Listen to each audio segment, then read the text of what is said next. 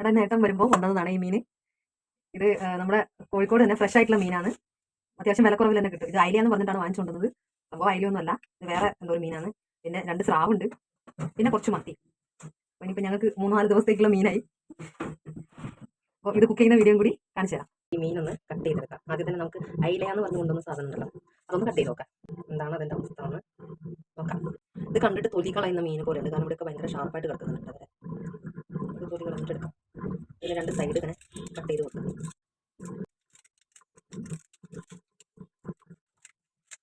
Cut ചെയ്യുന്ന സമയത്തെ ഈ ഭാഗം കുറച്ചുകൂടി ഇങ്ങോട്ട് കയറ്റിയിട്ട് ഇങ്ങനെ എടുക്കും. പിന്നെ തല എടുക്കുന്നതാണ്. ഇവിടെ തല തിന്നാനൊന്നും ആരുമില്ല. എനിക്ക് പിന്നെ അപ്പുറത്തെ വീട്ടിൽ നിന്ന് വരുന്ന 2-3 പൂച്ചകളുണ്ട്, അവർക്ക് കൊടുക്കും. കോഴിക്കോട് പറയും അതിന് പഞ്ഞി എന്നാണ്. അതായത് മീനിൻ്റെ മുട്ടയില്ലേ, ഇതിന് പറയുന്ന പേര് പഞ്ഞി എന്നാണ്. പിന്നെ ചില ആളുകൾ പറയും, അതായത് കോഴിക്കോട് തന്നെ ചില ഭാഗങ്ങളിൽ പറയുന്നത് എണാറ് എന്നാണ്. നിങ്ങൾ എന്താണ് ഇതിന് പറയുന്നത്? തൊലി ഒന്ന് പൊളിച്ച് നോക്കാം, തൊലി കിട്ടുമോ നോക്കാം. തൊലി വരുന്നുണ്ട്. അപ്പോൾ ഇത് തൊലി കളയുന്ന മീൻ തന്നെയാണ് കേട്ടോ. നിങ്ങൾക്ക് ആർക്കെങ്കിലും ഇതിൻ്റെ പേരറിയെങ്കിൽ ഒന്ന് പറഞ്ഞു തരും. മറ്റൊരു പാത്രത്തിലേക്ക് ആക്കാം. മീൻ വല കുടുങ്ങിയിട്ടുണ്ട്. ആദ്യത്തെ അതൊന്ന് കട്ട് ചെയ്ത് മാറ്റാം. ചില ആളുകൾ തൊലി കളയാതെ ഉപയോഗിക്കും. ഭയങ്കര ഉറപ്പാണ് ഇതിന് തൊലിക്ക്. എന്നാലും എനിക്ക് കത്തിയ കൊണ്ട് കഴിയുന്നില്ല. ഇത് കത്തിയ കുറച്ചുകൂടെ മൂർച്ചയുള്ളത് കാരണം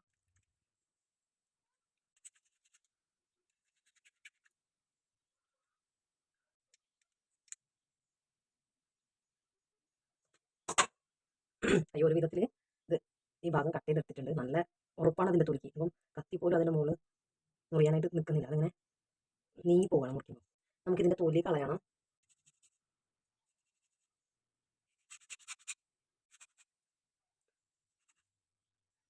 ഒരു സൈഡ് ഇങ്ങനെ അങ്ങനെ കട്ട് ചെയ്തെടുത്തിട്ടുണ്ട്. തൊലി പൊളിക്കാൻ എളുപ്പത്തിനാണ് ഇങ്ങനെ കട്ട് ചെയ്തത്. ഈ സൈഡിലും കൂടെ കുറച്ച് ഭാഗമുണ്ട്, അതും കൂടെ ഒന്ന് കട്ട് ചെയ്ത് നോക്കാം. തൊലി കിട്ടുമോ നോക്കാം.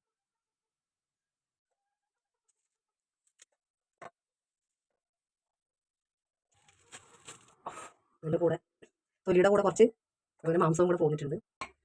കത്തി വെച്ചിട്ട് തൊലിയുടെ മേലെ നിന്ന് വേർപ്പെടുത്തി എടുത്തിട്ടുണ്ട്. യെസ്, ബാക്കിയും കൂടെ വലിച്ചെടുത്തിട്ടുണ്ട്. കാണാം. ഞാൻ ആദ്യമായിട്ടാണ് കേട്ടോ സ്രാവ് കട്ട് ചെയ്യുന്നത്. ഷോപ്പിൽ നിന്ന് വാങ്ങിക്കുമ്പോഴേ സ്രാവ് കട്ട് ചെയ്ത് തരും, വെക്കാറുണ്ട്. പക്ഷേ ഇത് ഞാനിങ്ങനെ തൊലിയൊന്നും എടുത്തിട്ട് ഇതുവരെ ഇതാക്കിയിട്ടില്ല. ഞാനിതുവരെ തൊലിയൊന്നും ഇങ്ങനെ അടർത്തി കുക്ക് ചെയ്തിട്ടില്ല. അവർ കട്ട് ചെയ്ത് തരുമ്പോൾ അവർ തന്നെ തൊലിയൊക്കെ അടർത്തി തരും.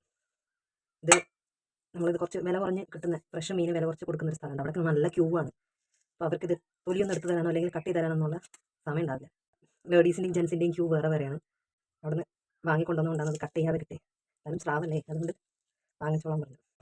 കയ്യിൽ നിന്ന് വഴുതി കളിക്കുന്നുണ്ട്. നല്ല സ്ട്രോങ് ആണ് എന്തായാലും തൊലി. നോക്കാം, കൃത്യമായിട്ട് നോക്കാം. ഇവിടെ നിന്നത് അതിൻ്റെ മാംസത്തിൻ്റെ കൂടെ പോരുന്നുണ്ട്. നേരത്തെ അത് ശ്രദ്ധിക്കാത്തതുകൊണ്ടാണ് കുറേ ഇങ്ങോട്ട് പോയത്. നിങ്ങൾ വീട്ടിൽ സ്രാവ് വാങ്ങിക്കുന്നുണ്ടെങ്കിലേ കട്ട് ചെയ്ത് പീസസ് വാങ്ങിച്ചോളൂ, അതാണ് നന്നാവുക. ഇത് ഞാനും സ്രാവും തമ്മിലുള്ള യുദ്ധമാണ്. ഇത് കഴിയണില്ല കേട്ടോ. നോക്കാം.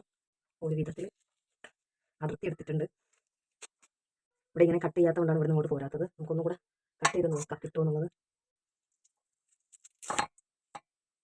എന്നാലും ഒരു സൈഡത്ത് പോന്നിട്ടുണ്ട്, മറ്റേ സൈഡത്ത് വലിച്ച് നോക്കാം. ഒരു സ്രാവും ഞാനും തമ്മിലുള്ള യുദ്ധം ഇവിടെ അവസാനിച്ചു. ഒരെണ്ണം കൂടി ഉണ്ട്. അതായത് ഞാൻ നിങ്ങളെ കാണിച്ച് ബോറടിപ്പിക്കുന്നില്ല. മത്തി കട്ട് ചെയ്തെടുക്കാം. മത്തി നല്ല ചെതമ്പലുള്ള മത്തിയാണ്, ഫ്രഷ് മീനായതുകൊണ്ട് തന്നെ നല്ല ചെതമ്പൽ. ഞാൻ ഇങ്ങനെയാണ് മത്തി കട്ട് ചെയ്യുന്നത്. അതായത് ഇതുപോലത്തെ കണം കഴിയുമ്പോഴത്തെ എല്ലാ സാധനങ്ങളും ക്ലീൻ ചെയ്തിട്ടാണ് ഞാൻ എടുക്കാറ്. എല്ലാവരും അങ്ങനെയായിരിക്കും എനിക്കറിയില്ല. പക്ഷേ ഞാൻ കണ്ടിട്ടുള്ള കുറേ ആളുകൾ കറുത്ത കളറുള്ള നേരിയ പാടമാതിരിയുള്ള സാധനമാണ്, അത് കളയാതെ എടുക്കുന്ന കാണാം. പിന്നെ ചില ആളുകൾ മത്തി മുറിക്കുമ്പോൾ ഇങ്ങനെ മുറിക്കുന്നതാണ്. അതായത് തലയോട് കൂടിയിട്ട് ഇത് ഇവിടെയുള്ള ഇതിൻ്റെ ചെകിള ഇങ്ങനെ എടുക്കുന്ന കാണാം. അപ്പം ഞാനിങ്ങനെ എടുക്കാറില്ല, കാരണം ഇവിടെ തലയൊന്നും ആർക്കും വലിയ പ്രിയമൊന്നുമില്ല. എന്തായാലും ഇത് മുഴുവനും മുറിച്ചിട്ട് വരാം. മീൻ മുഴുവനും കട്ട് ചെയ്തെടുത്തിട്ടുണ്ട്. ഇതാ സ്രാവുമായിട്ടുള്ള യുദ്ധവും ഒക്കെ കഴിഞ്ഞു. ഇത് കട്ട് ചെയ്യുമ്പോൾ അത്ര ബുദ്ധിമുട്ട് എനിക്ക് ഇത് കട്ട് ചെയ്യുമ്പോൾ തോന്നിയിട്ടില്ല. എന്നാലും ഇത് പെട്ടെന്ന് വന്നിട്ടുണ്ട്. കഴുകിയെടുത്തിട്ട് വരാം. ഓരോന്നും പ്രത്യേകം കഴുകിയെടുത്തതാണ്. ഞാൻ മീനിടുന്ന പാത്രമാണിത്. ഞാൻ ഈ 2 മീനും കൂടെ സ്രാവും മത്തിയും കൂടെ ഇതിനകത്ത് തന്നെ വെച്ചിട്ടുണ്ട്. ഇനി ഇതിലേക്ക് കുറച്ച് വെള്ളം ഒഴിച്ചു കൊടുക്കണം.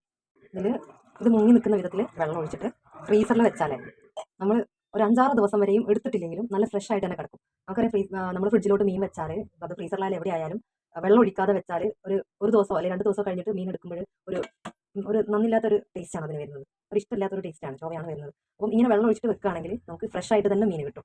നിങ്ങളൊന്ന് ട്രൈ ചെയ്ത് നോക്കണം. ഈ മീൻ ഞാനിപ്പോൾ എടുക്കുന്നത് ഫ്രിഡ്ജിലേക്ക് വെക്കുകയാണ്. പിന്നെ ഇതാണ് ഇന്നിപ്പോൾ എടുക്കുന്നത്. ഇത് വറുത്തിട്ട് എടുക്കാമെന്ന് വിചാരിക്കുന്നത്. ഞാനത് നിങ്ങൾക്ക് കാണിച്ചു തരാമേ. ഓക്കെ, അപ്പോൾ ഞാനിത് ഫ്രീസറിലേക്ക് വെക്കുകയാണ്.